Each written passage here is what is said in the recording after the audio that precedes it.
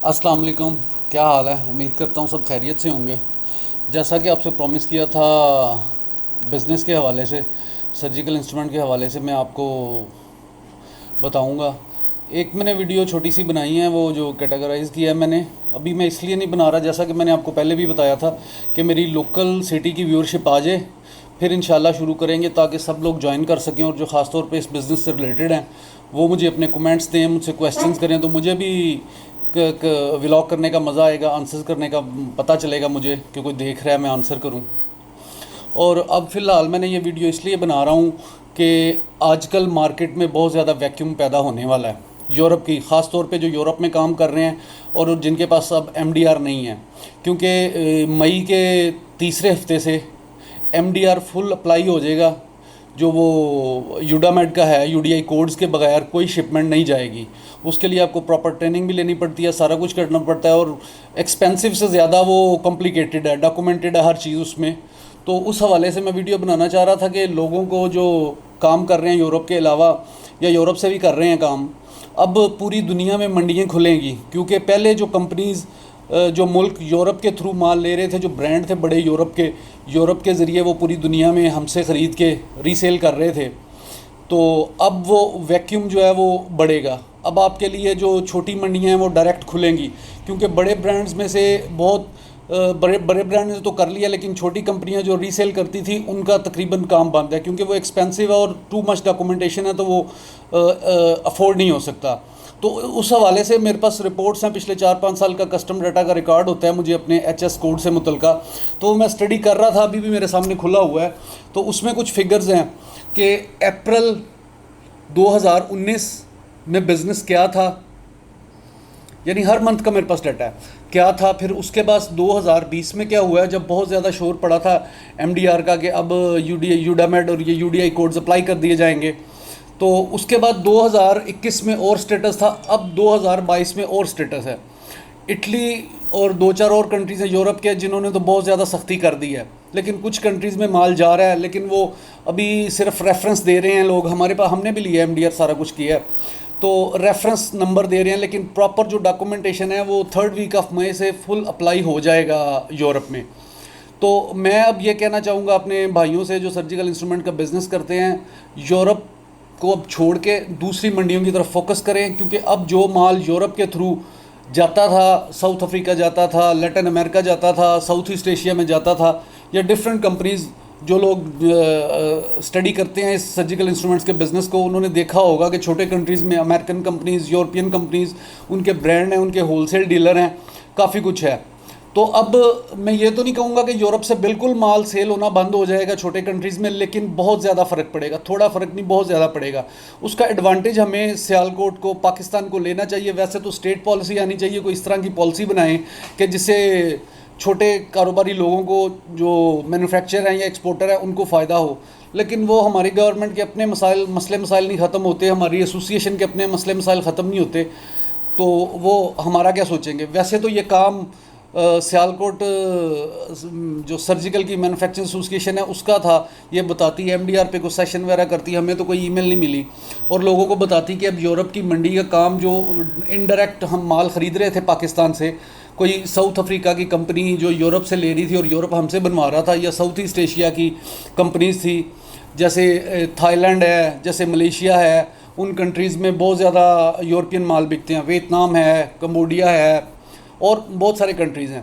तो इसी तरह साउथ अफ्रीका में भी यूरोपियन ब्रांड चलते हैं, वो ये यूरोप के लोग वहाँ जाके माल बेचते हैं अपने नाम से, मेड इन इटली। मेरे 3-4 क्लाइंट्स हैं जो वो ऐसे ही करते हैं, वो हमसे माल लेते हैं, बहुत कम यूरोप में बेचते हैं, बाकी वो छोटे कंट्रीज़ में। क्योंकि आपको पता है जो थर्ड वर्ल्ड कंट्रीज़ हैं वो ब्रांड कॉन्शियस हैं, और एक दुनिया ने यूरोप मीन्स क्वालिटी का एक स्लोगन बना लिया हुआ है कि आप यूरोप से चीज़ ख़रीद रहे हैं तो वो आंखें बंद करके समझते हैं कि ये टॉप क्वालिटी होगी।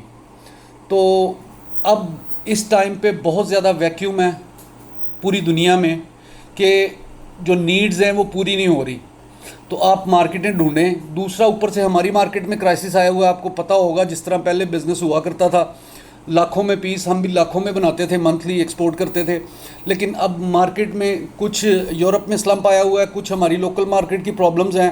कोई, आपको पता है लोहे का क्या रेट हो गया, स्टेनलेस स्टील पर पाउंड कहाँ चली गई है।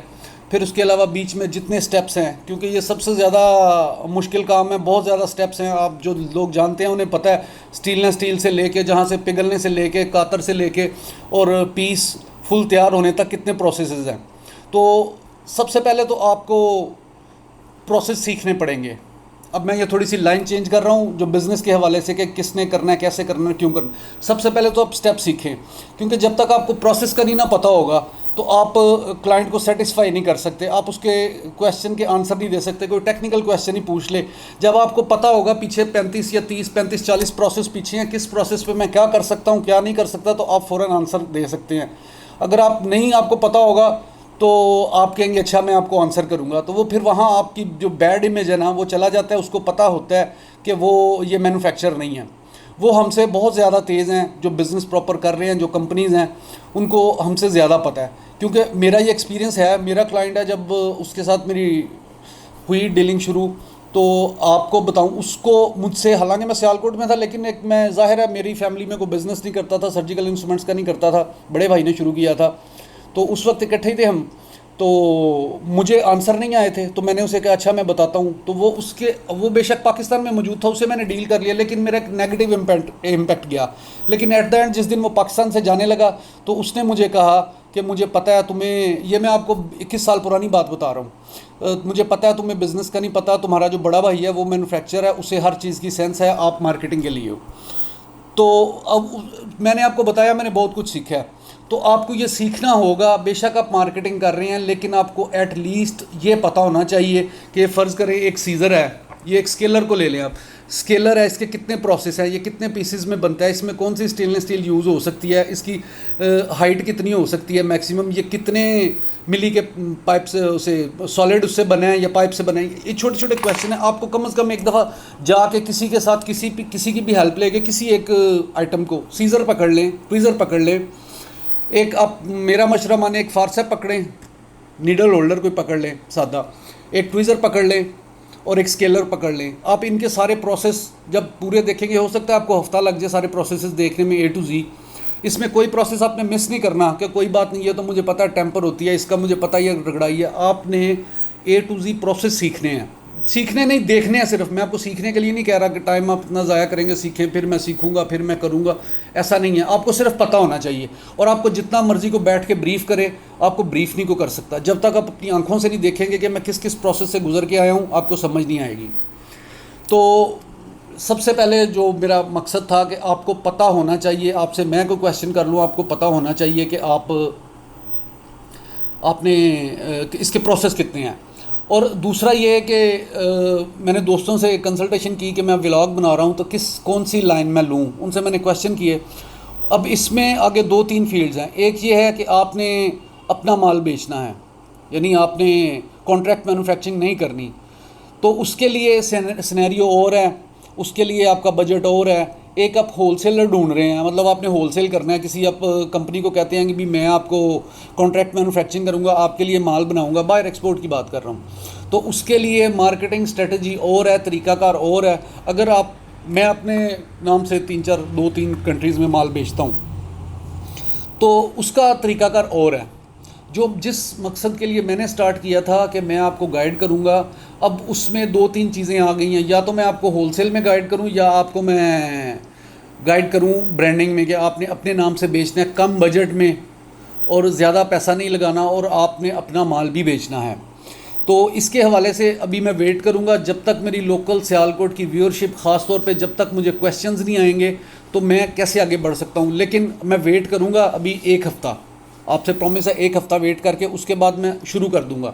लेकिन अगर कोई ये देख रहा है, सर्जिकल इंस्ट्रूमेंट्स का कोई वेंडर देख रहा है या ऑलरेडी एक्सपोर्ट कर रहा है, तो वो काइंडली मुझे ये ज़रूर कमेंट करे और ये बताए कि मैं पहले ब्रांडिंग पे शुरू करूं, मैं पहले ब्रांडिंग का लेक्चर देना शुरू किया, आपने अपना ब्रांड कैसे बनाना है, कौन सा कंट्री चूज़ करना है, कौन सी प्रोडक्ट चूज़ करनी है, या मैं होलसेल के लिए आपको गाइड करूँ कि होलसेल मार्केट आपने ऐसे करनी है। तो जो भी आपके कमेंट्स होंगे, व्यूज़ होंगे, तो मैं कोशिश करूंगा इस दफ़ा मैं अपना व्हाट्सएप नंबर डाल दूं बीच में, तो आप मुझे व्हाट्सएप पे भी बता सकते हैं कि अब इसको पहले टेक ऑन करें, इस पर थोड़ा सा ब्रीफ करें, उसके बाद हम दूसरी लाइन पे चलेंगे। तो इंशाल्लाह उम्मीद करता हूँ ये पूरे हफ्ते में मैं बहुत सारी चीज़ें स्टडी करके आपके लिए तैयार करूँगा, और बिज़नेस के साथ साथ आपको पता है मैं पॉलिटिक्स पे भी व्लॉग्स बना रहा हूँ। साथ जो मुझे सब्सक्राइबर हैं उन्हें पता है कि मैं हंसी मजाक खेल भी साथ चलता है। और इंशाल्लाह अब 2-4 दिन में ईद आ रही है और ये अब 27वीं भी है, तो सारा कुछ वो सारी वीडियोस मिक्स, ये नहीं है मेरा कोई मखसूस चैनल नहीं है कि मैंने बिज़नेस करना है तो बिज़नेस ही करना है, पॉलिटिक्स करनी है तो पॉलिटिक्स ही करनी है। ये मल्टी डायमेंशनल टाइप है कि ज़िंदगी के हर उस पर हम हल्की फुल्की हंसी मजाक भी करेंगे, खेल भी करेंगे, हर चीज़ पे बात करेंगे। और आपके सवालात होंगे तो मुझे खुशी होगी, नेगेटिव पॉजिटिव वो एक और बात है, लेकिन आप करें ज़रूर ताकि मुझे पता चले कि क्या सोच रहे हैं और क्या मैं बोल रहा हूँ।